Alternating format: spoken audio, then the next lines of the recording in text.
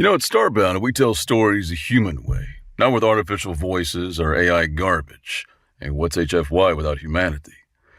Subscribe to keep it that way. I'm Daniel Pierce, and I'm going to be your narrator. Now, let's get into today's story. The oak tree stood at the playground's far end, its gnarled branches spreading over the ground, its roots ancient, settled in soil that had seen generations of children run themselves breathless across the patchy grass. Callum Ross had claimed that tree as his personal finish line since the first week of kindergarten, back when his legs were shorter and his confidence was exactly the same size as it was now. Enormous. I bet she's too slow to run, Nate Delgado said, picking at a scab on his elbow. My dad says they float somewhere on their planet. That's stupid, Callum said. She's got legs. Strange ones. Nate squinted. And weird food. My dad says they eat bugs. He looked at Callum. You think we could fight her? What? Why would we fight her? I don't know. What if she's dangerous?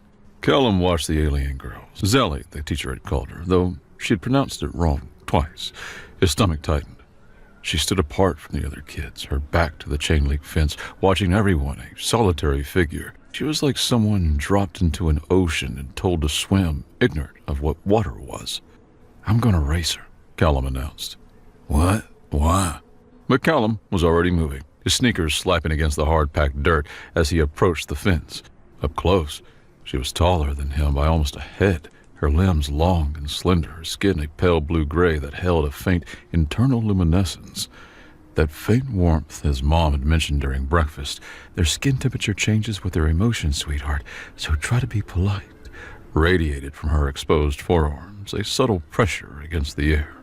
Hey, I'm Callum, he said. She regarded him, her face smooth and revealing nothing. I am aware. Mrs. Patterson announced your name during roll call. You were the fourth student alphabetically. Right, yeah, cool. He jerked his thumb toward the oak tree. Want a race? A flicker of warmth came from her skin. What is the purpose? To see who's faster. To what end? Callum blinked. To win? She was silent for a long moment, studying him. Just to see who's faster. That is the sole purpose. I guess. Agreed. She stepped away from the fence, and Callum noticed for the first time her legs jointed differently than his, with an extra joint that gave them a double flex, making her stance coiled, ready to spring. What are the parameters? First one to touch the tree. Ready? He launched forward, cutting off any answer. Go! Callum ran. He ran like he always ran, full tilt, arms pumping, feet pounding, wind in his ears, convinced he could win. He touched the oak tree, breathing hard, a grin spreading across his face, and turned to gloat. Zelly was already there. She had been there for at least 3 seconds, judging by the way she was examining the bark, tilting her head at an angle that made her look like a curious bird. Your cardiovascular endurance is impressive for your age, she said. However, your stride efficiency is suboptimal. You waste approximately a quarter of your kinetic energy on vertical displacement rather than forward momentum. Heat crept up Callum's neck. The other kids had gathered at the playground's edge, watching. Nate was laughing. You cheated, Callum said. The warmth radiating from her skin vanished, leaving a sudden chill. That's untrue. You had a head start. He was grasping, but the words tumbled out anyway. You cheated. You lizard. The chill on her skin broke into a sharp, prickly heat that radiated outward from her chest. Her large eyes went wide. I am not a lizard, she said, her voice low, and I did not cheat. She walked away. The other kids parted to let her pass, and Callum stood alone under the oak tree, the triumph hollow, already regretting every word. A week later, the bully found her. Trevor Rawlings was the kind of kid who peaked in 3rd grade and would spend the rest of his life trying to recapture the glory of being the biggest 8-year-old in the room. He had cornered Zelly behind the portables during afternoon recess, and by the time Callum noticed a small crowd gathering, Trevor already had her backed against the wall. Do it again, Trevor demanded. Make your skin do the thing. Zelly was radiating waves of heat, a frantic, shimmering aura around her arms and neck. Please step back. You're causing distress. See? That! It's doing it now. Trevor reached out to grab her arm. What happens if I touch it? Does it feel weird? Callum moved before he thought, a habit that had often landed him in the principal's office. He shoved Trevor hard to send him stumbling sideways, planting himself between the bully and the alien girl. Leave her alone, Callum said. Trevor recovered his balance and his bravado at the same time. What's your problem, Ross? Defending your alien girlfriend? She's not my... Callum's face grew hot. Just back off. Make me. Callum stepped forward, his jaw tight, his hands balled into fist. Trevor, for all his bluster, took a half step back. Only I get to make fun of the lizard, Callum said. Got it? Trevor looked between them, calculated the odds of saving face versus the odds of a black eye, and chose to retreat. Whatever. Freaks belong together anyway. He walked away. The crowd dispersed. Callum turned to find Zelly staring at him, her face smooth and revealing nothing, while the frantic heat from her skin subsided to a steady, gentle warmth. That was illogical, she said. Probably. You called me a lizard again. Yeah, well, Callum shrugged. I'm working on it. She was quiet for a long moment. Then, in a nearly inaudible voice, Thank you. Yeah, he kicked a pebble. Whatever. They walked back toward the main playground in silence, a careful space between them. He glanced at her, and she glanced back. It was enough. 4 years later, they were still figuring it out. Absolutely not, Zelly said. It's a classic, Callum protested. This vessel contains sodium bicarbonate and acetic acid designed to produce a mildly exothermic reaction resulting in carbon dioxide release. The scientific value is negligible. The point is fun, Zell. She winced at the nickname. She always winced at the nickname, though somewhere in the past 2 years she had come to accept it with a wince. The science fair's purpose is to demonstrate scientific understanding and methodology. Says who? The rubric. Page 3. I can retrieve it if you require evidence. Callum groaned and flopped backward onto his bed, staring at the glow-in-dark stars his dad had stuck to the ceiling when he was 5. Why did Peterson have to partner us together? Statistical probability. Zell sat in her desk chair with a posture so straight it seemed measured, a hollow tablet balanced on her knee. Our class has 28 students. The likelihood of pairing any 2 specific students was low. However, given that Mr. Peterson tends to partner students who demonstrate complementary skills and deficiencies. Are you calling me deficient? I am stating that your strengths lie in creative improvisation rather than disciplined execution. Mine lie in the inverse. Mr. Peterson likely believed this combination would produce optimal results. Mr. Peterson's an idiot. A brief flash of heat, like a spark, radiated from Zell's neck, visible as a shimmer above her collar. That assessment holds some merit. Callum sat up. Okay, fine. What's your big idea, then? A functional model of a Sci-Fi atmospheric water condenser. She pulled up a schematic on her tablet, a complex arrangement of tubes and membranes and components that defied his understanding. My people developed this technology to extract moisture from arid atmospheres. It is elegant, effective, and demonstrates principles of thermodynamics, material science, and fluid dynamics. That's boring. A cool wave emanated from her. It is scientifically significant. Nobody's going to crowd around a bunch of tubes at the science fair, Zell. They want spectacle and explosions. They want a baking soda volcano. Exactly. She closed her tablet with more force than necessary. Fine. Build your volcano. I will submit a separate project. That's against the rules. We're partners. A partnership implies cooperation. This, she gestured between them, is obstruction. They glared at each other across the small bedroom. Callum took a long look at her and saw the exhaustion drawing lines around her eyes, the frustration holding her shoulders rigid. The loud, cluttered chaos of his house overwhelmed her. But she'd come anyway, because they were partners. Fine, he said. Well, do your water thing. The coolness emanating from her skin dissipated, replaced by a ripple of surprise, a faint warmth. You concede? I'm collaborating, but we're making it look cool. I have a reputation to protect, and that means standing next to an impressive science project. Your reputation is that you set fire to the home economics room last semester. See? Cool. The corner of her mouth twitched, suppressed in an instant. It might have been a smile. Callum had seen Zell smile exactly twice in 4 years, and both times it was so brief he had wondered if he had imagined it. Agreed, she said. We will make it cool. The night before the science fair, Callum's volcano prototype sat on his workbench like a sad, soggy monument to his own hubris. He had tried to modify it, tried to integrate Zell's concepts, but somewhere between atmospheric extraction and exothermic reaction, he'd created a papier-mâché disaster that leaked, smelled vaguely of vinegar, and occasionally emitted sounds he could only describe as digestive. His phone buzzed. A message from Samir. "Dude, you are so dead tomorrow." Another buzz followed, this one from Zell. I am outside your residence. A nervous jolt went through Callum. He looked at the clock, 9:51 p.m., and at his ruined project before looking back at his phone. It's very late.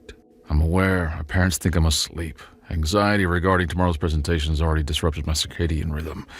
Open the door. He crept downstairs, past his parents' bedroom, past his sister's room with its faint glow of nightlight, and eased open the front door. Zell stood on his porch wearing a coat that was far too big for her, probably her father's, and carrying a toolbox in one hand and a small case of chemical compounds in the other. Warmth, steady and focused, radiated from her skin where the coat's collar gaped. A sign of determination Callum had learned to recognize. Your project is insufficient, she said. Yeah, I know. I brought materials to repair it. She paused. If you will allow me. He stepped aside. How do you know it had broken?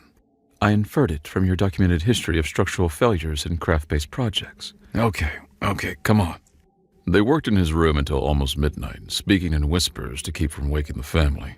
Zell showed him how to reinforce the volcano's internal structure, how to integrate a small reservoir that would use her water condensation principles to create a self-sustaining magma flow. Her instructions were minimal and direct. This is brilliant, Callum admitted, watching her calibrate the tiny pump mechanism. It is basic engineering. For you, maybe. For humans, it's basically magic. She glanced at him, and the warmth from her skin intensified, taking on a pleasant, almost comforting quality. Humans invented steam engines, interstellar communication arrays, and the chocolate chip cookie. You are more capable than you credit yourselves. Did you just compliment us? I stated an objective fact. But that twitch was at the corner of her mouth again. Hand me the sealant. When she finished, the volcano sat between them like a small miracle. A fusion of human enthusiasm and Sci-Fi engineering. Ugly, yet functional. Ridiculous, yet sound. We should sleep, Zell said. The fair begins at 8. You could stay. Callum's face heated. There's a couch, so it's perfectly acceptable. She considered this, tilting her head slightly. That would be a more efficient time than returning home. Cool, great. I'll get you a blanket. They got an A. Mr. Peterson called it an unexpectedly sophisticated integration of human creativity and Sci-Fi engineering principles. The other students crowded around to watch the magma flow, self-replenishing, endlessly recycling. What Callum remembered later, more than the grade or the attention, was Zell laughing at 10:45 p.m. Actually laughed, a clear, sharp sound, at his terrible joke about explosive chemistry, and the delightful warmth that radiated from her skin was a new sensation, something akin to unrestrained joy he had never felt from her before. The gymnasium smelled like sweat and desperation, and whatever industrial cleaner the janitors used to mask both. Streamers hung from the basketball hoops, their once festive colors now sagging, and a DJ whose main qualification seemed to be owning speakers was pumping out music that made Callum's teeth ache. This is a significant cultural ritual? Zell asked, surveying the chaos from their perch on the bleachers. Yeah, it's a middle school dance, so kind of. She had come as an anthropological exercise, her exact words, with a small notebook in which she was documenting observations. She kept the thermal fluctuations of her skin muted, deliberately suppressed beneath the high collar of her dress. But Callum sensed occasional waves of coolness around her ears, a sign of her confusion. "The male is attempting to attract a mate through rhythmic movement," she said, nodding toward Danny Kowalczyk's failing approximation of dancing. "His technique is unusual." They call that the shopping cart. Classic move. "The what?" "Shopping cart. You know, like Callum mimed pushing an invisible cart.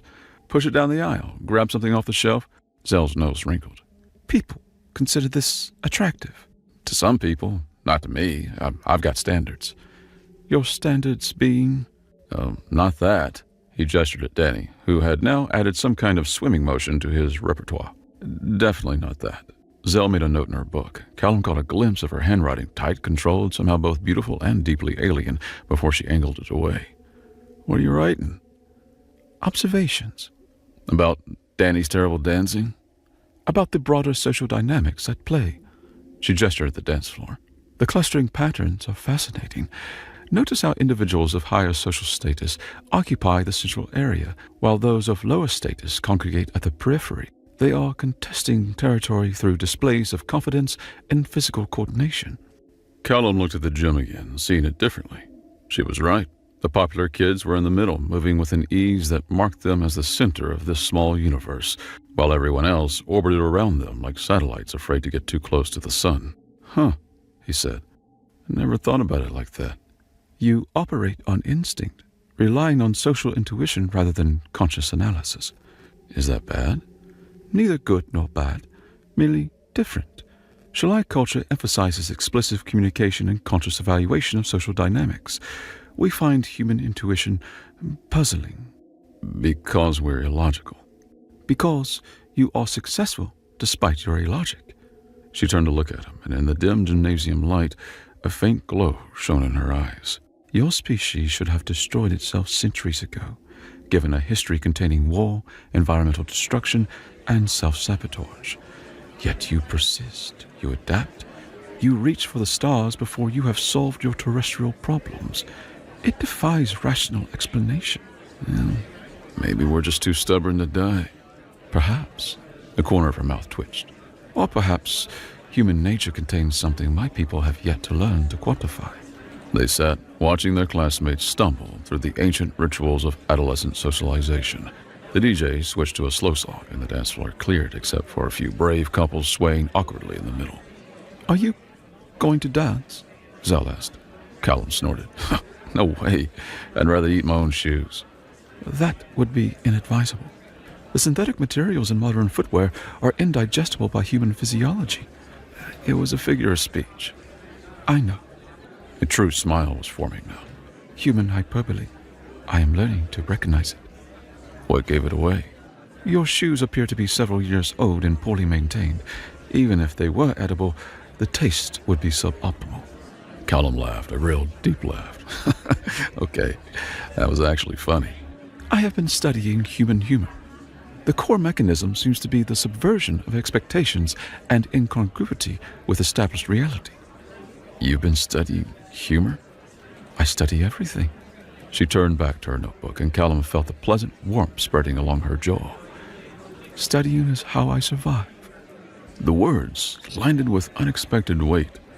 She was a refugee, a kid dropped onto a strange world full of creatures who ran on emotion and instinct, who had had to learn to decode their every expression, their every custom, just to get by. "Hey," he said, "I'm sorry I called you a cheater lizard." She looked up from her notebook, surprised. "That was 7 years ago." "Yeah, well, I've been meaning to apologize. I was a jerk." The temperature of her skin fluctuated in a complex way he couldn't decipher before settling into a soft, steady warmth. "Apology accepted." "Cool." Callum leaned back against the bleachers. "So, do Shalai have dances?" "Not in the same way. We have ceremonial gatherings that involve synchronized movement, but the purpose is communal meditation rather than mate selection." "That sounds incredibly boring." "It is peaceful." "Same thing." She made a sound that was almost a laugh, just air through her nose, but Callum counted it as a victory anyway. They stayed on the bleachers until the dance ended, trading observations and sarcastic commentary. And when Callum got home that night, he realized he had more fun that night than he had had all year. The fight happened at dinner. Not his dinner, Callum's family's dinner. Callum's family dinners were loud, chaotic affairs of overlapping conversations and his sister flicking peas at him across the table and his parents debating whatever they were currently debating. He'd invited Zell, thinking she might enjoy the experience or at least find it anthropologically interesting. He'd been wrong. Your mother interrupted your father 15 times during the main course, Zell said afterward as they walked back toward her family's housing unit in the designated Shalai resettlement block. Your father raised his voice on 4 separate occasions. Your sister threw food. These are indicators of significant social dysfunction in Shalai culture. They're just loud. Loudness often correlates with poor emotional regulation. Heat flared in Callum's chest. Are you saying my family has poor emotional regulation? I am saying that the patterns of interaction I observed suggest a communication style that prioritizes volume over clarity, resulting in frequent misunderstandings and unnecessary conflict. That's... He stopped walking, his hands clenching at his sides. That's not... You just can't... I am merely stating observations. You're not just stating observations, Zell. You're calling my family a bunch of emotional disasters. A chill of confusion emanated from her. I did not use that terminology. You implied it. I made analytical observations based on behavioral data. How you interpret those observations is... Oh, so now it's my fault. I'm interpreting wrong. I am not assigning fault. I am attempting to clarify. Clarify what? That you think humans are messy and loud and dumb? I never said dumb. You were thinking it. Your assumptions about my thoughts are beyond my control. She raised her voice now, the closest thing to anger he had ever heard from her. And my observations are beyond your control. I saw what I saw. Your family's communication patterns are objectively inefficient. That is fact. Just because something's a fact doesn't mean you need to say it. How else would you learn? Shalai culture values direct feedback as a form... I don't care what Shalai culture values. The words ripped out of him before he could stop them. This isn't your planet, Zell. You don't get to just judge everything by your standards or tell my family we're doing it wrong. We're not wrong. We're just human. She went still.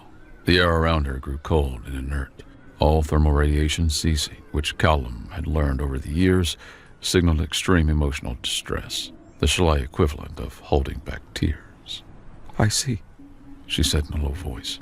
Perhaps then I should limit my observations to environments where they are welcome. Maybe you should. She turned and walked away. Callum stood on the sidewalk, breathing hard. The anger cooled, leaving a hollow ache. She walked away, his apology unspoken.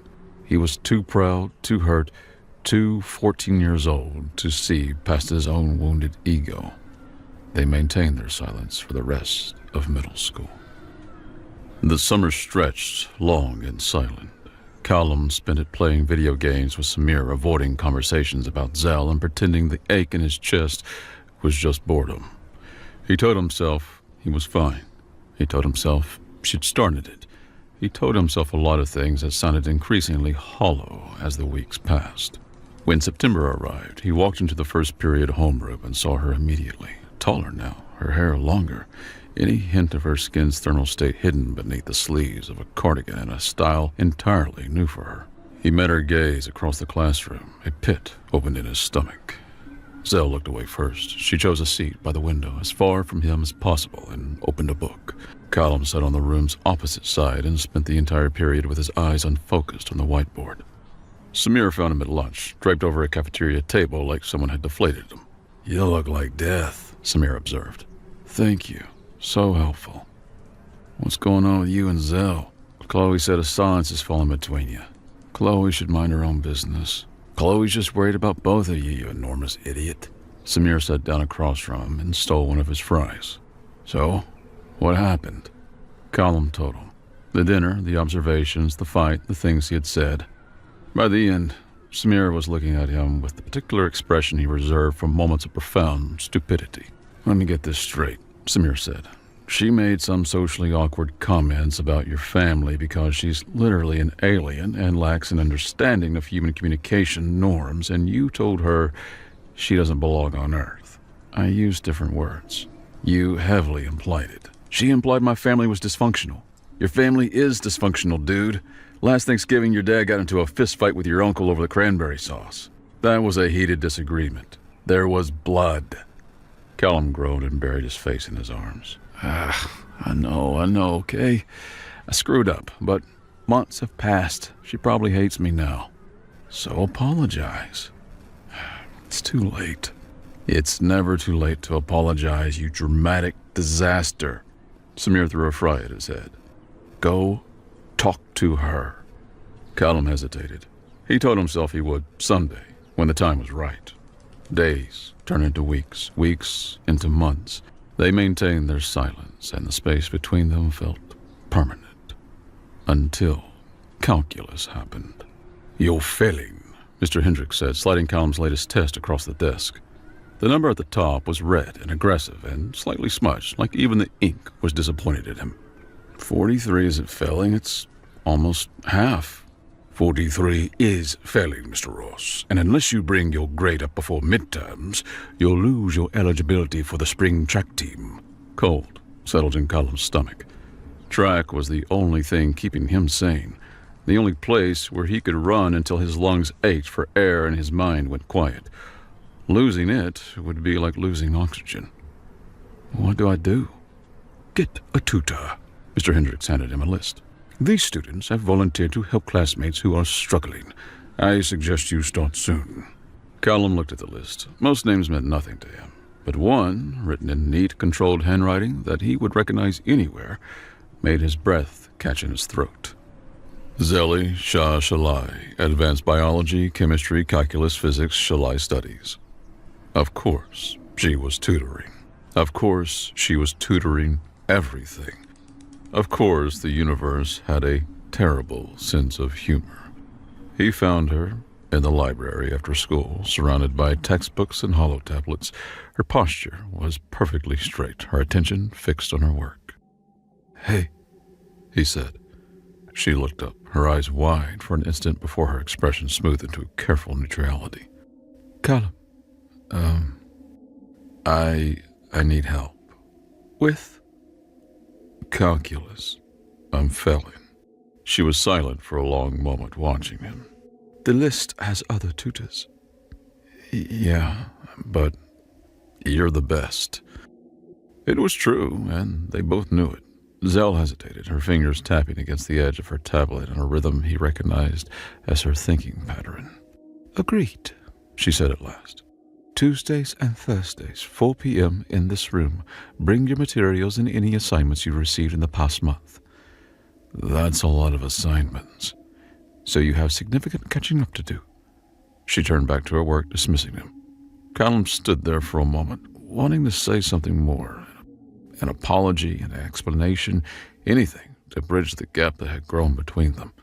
He opened his mouth, but he remained silent. He left. But on the appointed day at 4 p.m., he was there. The tutoring sessions were brutal. Zell was relentless, demanding, and refused to let him coast on charm or excuses. She drilled him on derivatives until he could solve them in his sleep, quizzed him on integration techniques until his formulas etched themselves into his brain and met every complaint with the same calm, implacable response. Again, during their fourth session, something changed. You're thinking about it wrong, Zell said. You keep treating calculus as a series of arbitrary rules to memorize. It's a language. A language for what? For describing change. She pulled out a fresh sheet of paper and drew a curve. Simple, elegant. This is a function. It represents something in motion, something evolving over time. Calculus is how we understand that motion, how we predict it, how we capture a single moment in an infinite flow. Callum stared at the curve. That's almost poetic. Mathematics is poetry. Humans often overlook it because they prioritize emotional expression over logical structure. Hey, I resent that. You often do. But her voice held a hint of warmth. Try the problem again. He tried it again. This time, it clicked. Slowly, one problem at a time, they started talking again. They started with small things during breaks, safe topics like homework and teachers and the terrible food in the cafeteria. Soon they discussed bigger things, harder things. I'm afraid I'm not smart enough, Callum admitted one evening, staring at a problem set that seemed designed to personally insult him. For college, I mean. For anything. Everyone else seems to know what they're doing, and I'm just pretending. Zell set down her pencil. You are intelligent. My grades would disagree. Your grades reflect a learning style misaligned with the current educational paradigm. They are a poor measure of your actual cognitive capacity. She paused. You solved that spatial reasoning problem last week faster than I did. You let me win. I never concede a victory. You have to earn it from me. You generally outperform me. You have remarkably developed visual spatial processing, even by human standards. You only struggle with abstract symbolic manipulation. Callum was silent.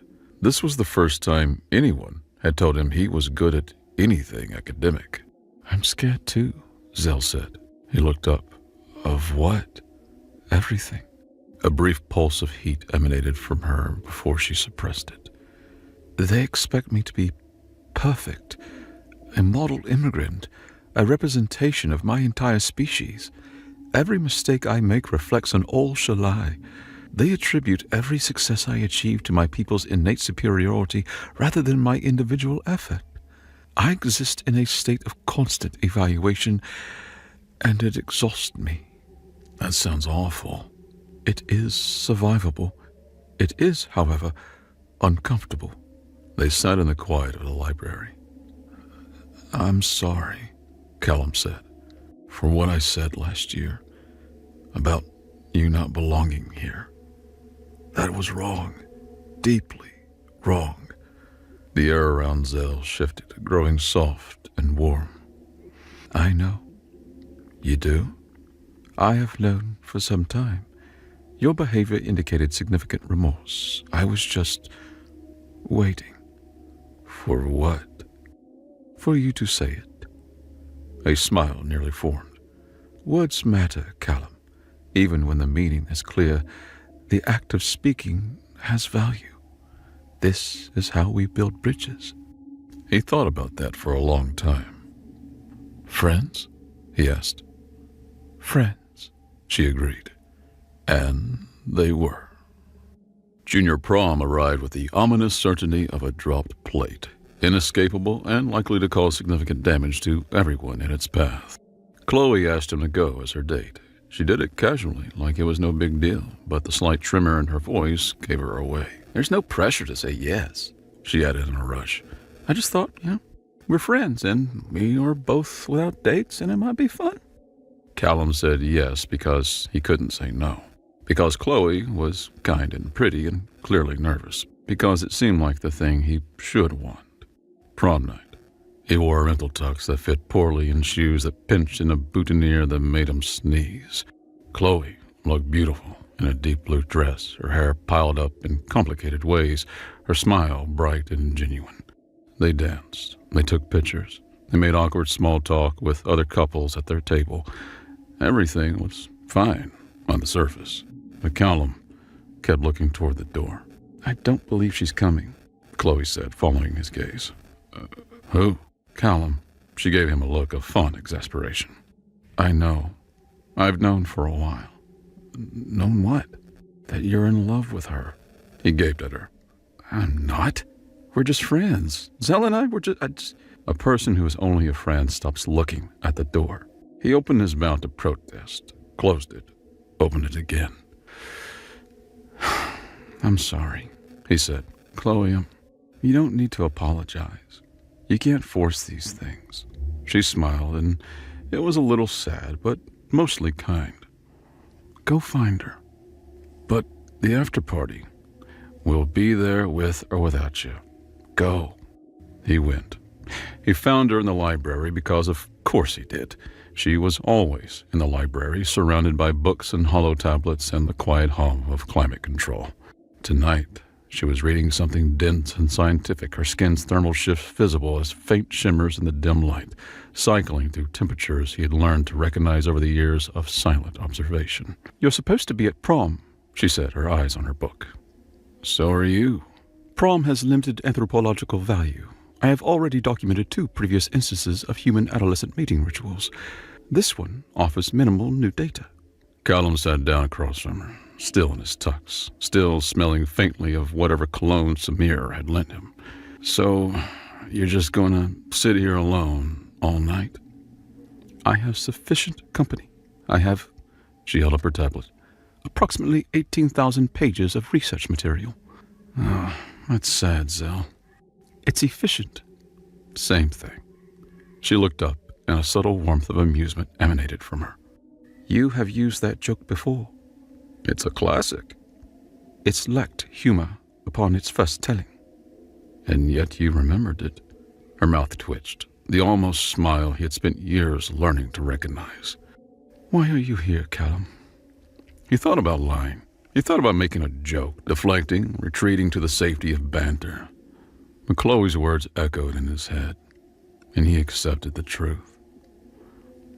"Because I'd rather be here with you than anywhere else," he said. The warmth from her skin ceased. "That is," she paused, processing, "that is a significant statement." "Yeah, it is." They looked at each other across the library table, surrounded by silence and possibility in the green glow of emergency exit signs. "I fail to comprehend human romantic attachment," Zell said, her voice low. "That's okay. I don't either." "It seems impractical, emotionally volatile, potentially destabilizing to long-term partnership optimization." "Probably." "And yet," she looked down at her tablet, then back at him, "I find your presence agreeable, consistently." "That's the most romantic thing anyone has ever said to me." "That seems statistically unlikely." "It's true." Her skin warmed again, a pleasant heat he had felt only a handful of times before. "I lack the protocols for this. Romance, partnership, human rituals." "Me too." He reached across the table, giving her time to pull away. She held her position. He brushed his fingers against hers, and her skin was cool and smooth and slightly textured, like fine sandpaper. "But I figure we can be bad at it together." "That is a logically suboptimal approach." "No, but it might be fun." She looked at their touching hands, her skin's temperature cycling through states he couldn't name. After a moment, she turned her hand over and laced her fingers through his. "Very well," she said. "Let us attempt this experiment." They sat in the library until morning, talking about everything and nothing, their hands intertwined on the table between them. Senior year arrived with the inevitability of a star going supernova, bright, dramatic, and unavoidable. They were a couple now, officially, though it was a relationship they were still defining. Zell approached romance like she approached everything else, analytically, systematically, with spreadsheets and scheduled emotional check-ins that Callum found both adorable and slightly terrifying. "I have compiled a list of optimal date activities based on our respective interest and logistical constraints," she announced one afternoon, sliding a hollow tablet across the table. Callum looked at the list. "Zell, Item 5 is Museum Exhibit on the Mating Habits of Terran Cephalopods. Octopi demonstrate remarkable cognitive flexibility and problem-solving capabilities. I thought you would find it engaging." "You thought I would want to spend our date watching octopus porn?" A cool wave of confusion emanated from her. "It is purely educational." "There's a fine line." "I disagree. The distinction between—" He kissed her, because it was the easiest way to stop her from launching into a lecture on reproductive biology, and because he wanted to, and because after all these years, he could. When they pulled apart, a palpable, joyous warmth radiated from her skin. "That was an unscheduled event," she said. "The best things are always spontaneous." The last day of senior year, they sat on the bleachers overlooking the football field, the same bleachers where they had found each other all those years ago. "Sign my yearbook?" Callum asked, holding out the heavy book. Zell took it, flipping to a blank page near the back. She wrote for several minutes, her handwriting controlled and careful. When she handed it back, Callum looked at what she had written. It was a physics equation, long, complicated, full of symbols he only half understood. "What is this?" "Solve it." He pulled out his phone, opened the calculator app, and spent the next 10 minutes plugging in numbers and cursing under his breath. At last, he arrived at an answer. "You are still slow." He laughed, startled and delighted. "Did you just call me slow with an equation?" "I found it appropriate, given our history." A warmth of amusement radiated from her. I wrote more. Below the equation, in smaller letters, "See you in the fall." His breath caught. "We both got in?" "We did." They'd applied to the same university, him for aerospace engineering, her for xenobiology, and spent months waiting for acceptances, pretending to ignore the possibility that they would be separated. Now, they would remain together. "Give me that," Callum said, grabbing her yearbook. He flipped to a blank page and drew a picture. Rough, cartoonish, but recognizable. 2 figures at a starting line. One clearly human, one clearly not. "Still a cheater," he captioned it. "But you're my cheater." Zell looked at the drawing for a long time. When she looked up, her eyes shone. "That is anatomically imprecise," she said. "It's art. Art is free from the constraints of accuracy, a convenient excuse for poor draftsmanship." "You love it." "I find it acceptable." He kissed her again, there on the bleachers, while the sun set and the future stretched out before them. University was everything and nothing like they expected. Their dorms were across the hall from each other. Luck or fate or the universe's continuing terrible sense of humor. They fell into a rhythm. Breakfast together, classes apart, dinner together, studying in her room or his until one of them fell asleep. It was easy. It was comfortable. It was home. Then Zell got sick.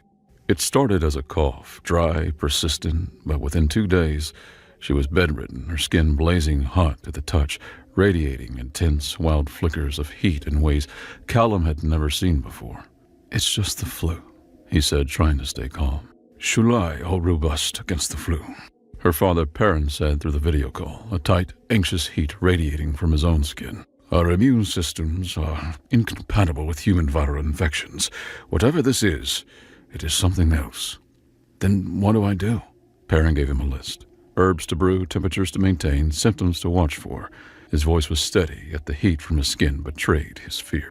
"Keep her stable until the fever breaks. 3 days, perhaps 4. Her immune system will adapt or..." The sentence hung unfinished.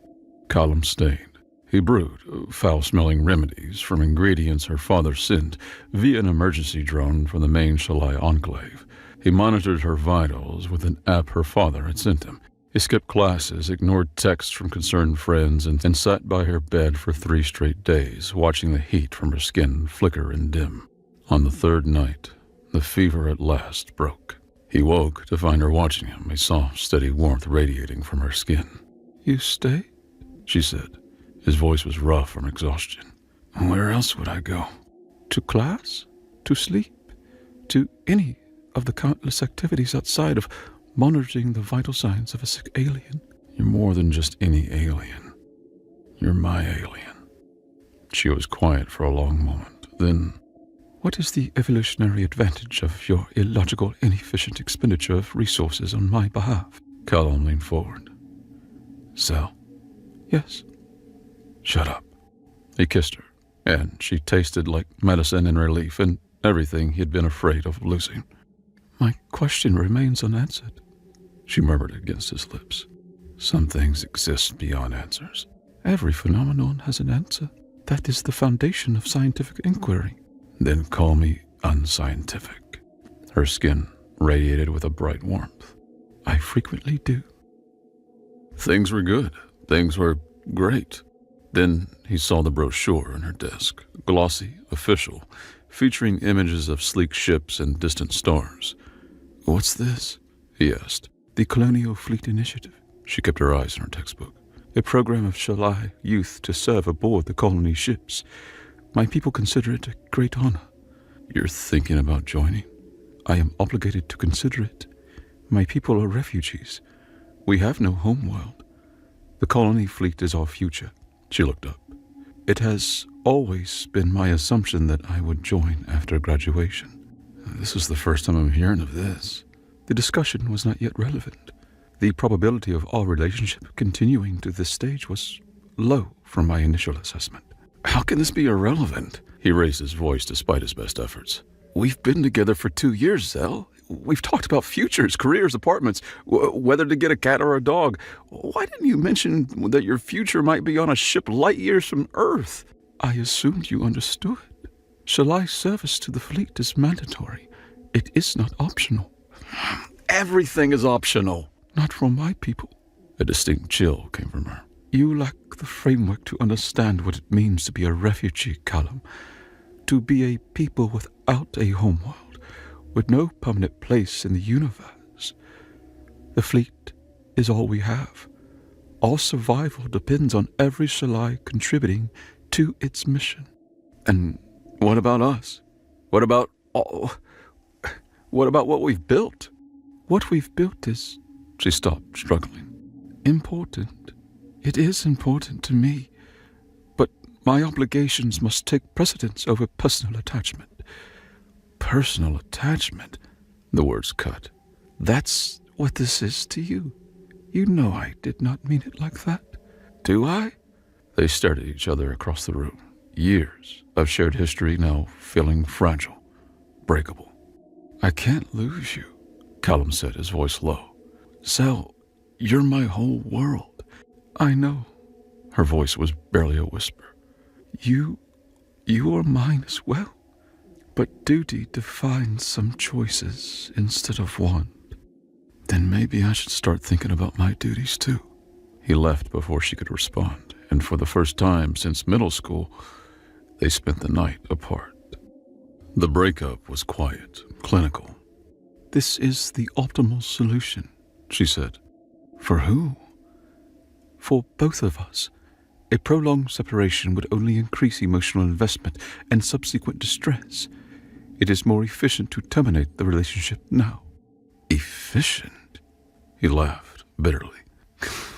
Sal, after everything, you're going to logic your way out of this? I am attempting to minimize harm.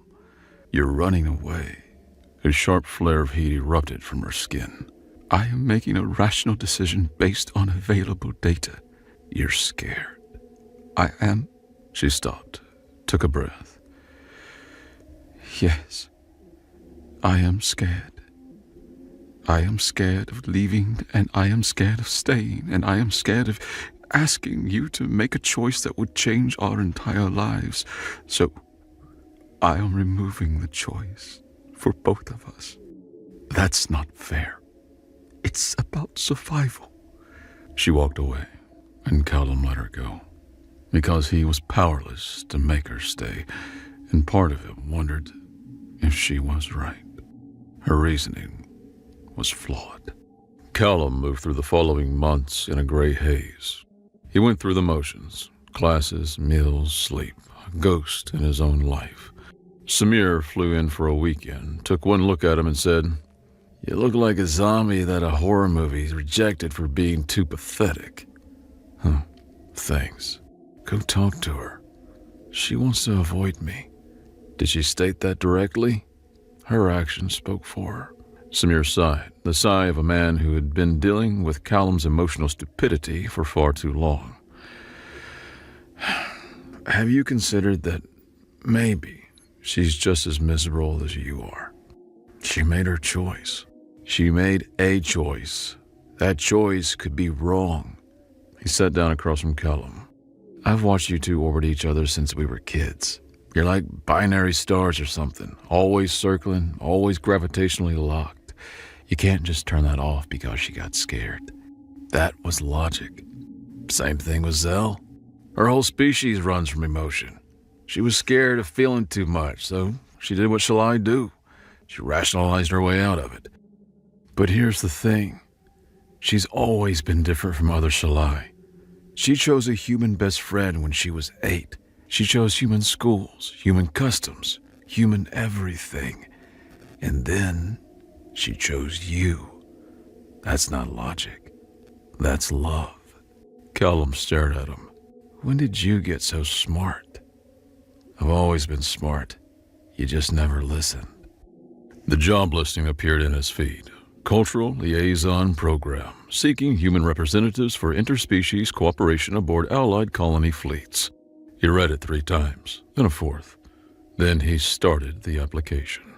The requirements were intense: language training, cultural sensitivity certification, a 2-year commitment to serve aboard an alien vessel. The pay was terrible. The quarters would be cramped. The work would be hard and lonely and a million miles from everything he had ever known. He finished the application in one night.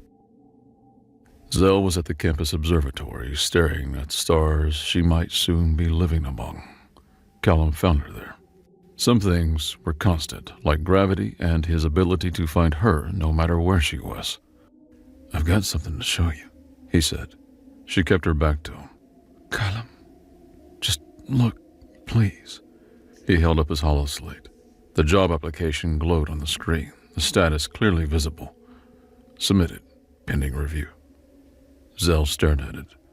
The temperature of her skin cycled through a series of states he couldn't track, too fast, too complex. "This is..." She stopped, started again. "This would require you to leave Earth, your family, everything you know."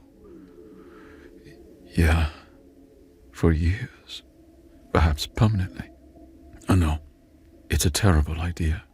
I'm good at those." She turned to face him.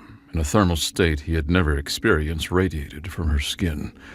Every state in her emotional spectrum simultaneously, like a storm and a furnace and a glacier all at once. "Why?" she asked. "Because you were wrong." He stepped closer. "You said some choices are about duty, not want. But you forgot something important." "What?" Sometimes duty and want are the same thing. He reached for her hand. "You're my home, Zell. Not Earth, not my family's house, not any place I can point to on a map. You. I want you to know you can have both your people and me." "It is statistically improbable that the program will accept your application. The program is highly competitive." I know. "And even if they accept you, there is no guarantee they will assign us to the same vessel." I know. "The living conditions would be suboptimal. The work would be demanding. Cultures unfamiliar with humans or human relationships would surround us." I know. He squeezed her hand. "I know all of that, Zell. And that is irrelevant. Because the only life I want is one with you. Anything else is just existing. And I've done enough of that." The chaotic thermal emissions from her skin slowly settled into a steady, radiant warmth, brighter than he had ever felt it. "This is illogical," she said. "So? Inefficient." Definitely. "Statistically improbable." The best things usually are. She stepped forward into his arms, and her skin was cool and smooth and the most familiar thing in the universe. "It is also," she said in a low voice, "an optimal outcome." See? I told you. I'm good at terrible ideas. She laughed, a sound like struck glass he had spent years learning to recognize. And the stars wheeled overhead, indifferent to the 2 small beings below them, making promises to the void. The acceptance letter came in 3 months later. "Congratulations! Your application to the Cultural Liaison Program is approved. Please report to Integration Orientation on..." Callum ignored the rest. He was too busy running across campus to find Zell. He found her in the library because some things were constants, and he burst through the doors with all the poise of a human-shaped wrecking ball. "I got in!" he gasped. "Zell, I got in!" A joyous warmth bloomed from her skin. "I know. You know, I received notification 15 minutes ago. They contacted me to confirm my willingness to serve as your primary cultural integration sponsor." She stood, closing her tablet. Apparently, your application essay made a significant impression. What did they say? They said, she paused and she spoke with the cadence of someone quoting directly, the candidate demonstrates an unprecedented commitment to interspecies cooperation and an unusually sophisticated understanding of Sci-Fi thermal communication patterns. His stated motivation, a 15-year friendship that evolved into something more, represents exactly the kind of personal investment the program hopes to cultivate. Callum stared at her. They read my essay about us? They read everyone's essay. Yours apparently stood out. Because of you. Because of us. She crossed the distance between them. We are binary stars, gravitationally locked. Samir said that. Samir is occasionally correct about things. She took his hands. We're going to space, Callum. Together. Together, he agreed. Around them, the library continued its quiet existence. Students studying, pages turning, the eternal hum of climate control. But for Callum and Zell, the world had just expanded beyond anything they'd ever imagined. The stars were waiting. The morning of departure, Callum stood in his parents' driveway, surrounded by his family and his history and 15 years of memories packed into a single duffel bag. His mother was crying. His father's eyes were wet. His sister was recording everything for posterity, loudly announcing that she would be famous as the sister of Earth's first interstellar idiot. You sure about this? His dad asked. Callum looked across the lawn where Zell stood with her own family. The heat from her father's skin, which had once felt sharp with suspicion toward Callum, now radiated a grudging respect. Perrin had spent the last year warming to him over time, watching as a human boy became a human man, willing to sacrifice everything for his daughter. Yeah, Callum said. I'm sure. You're going to miss the World Series. They have broadcasts on the fleet ships. It won't be the same as watching it live with me. That's okay. I hate sports anyway. His dad laughed and pulled him into a hug. Take care of her, son. And take care of yourself. I will. Across the lawn, Zell was having her own farewell. Her father's skin radiated a thermal sequence that Callum had learned to recognize as a Shalai blessing, a wish for safe travels, clear skies, and the warmth of family at journey's end. Then she crossed to meet him, and their hands found each other automatically, a familiar comfort. Ready? She asked. No, Callum admitted. You? Not at all. They looked at each other and smiled. His, wide and human and slightly nervous. Hers, subtle and restrained, but glowing with a profound warmth. Let's go anyway, she said. They walked towards the transport together, leaving behind one world for another, carrying 15 years of history and an infinite amount of future. Their story was still unfolding. Some humans befriend the alien. Some fight it. Some try to eat it. Callum Ross had done the only thing that made sense. He had fallen in love with it, argued with it, laughed with it, and followed it across the stars. And that, he thought as the ship lifted off and Earth shrank to a marble behind them, was the most human thing of all.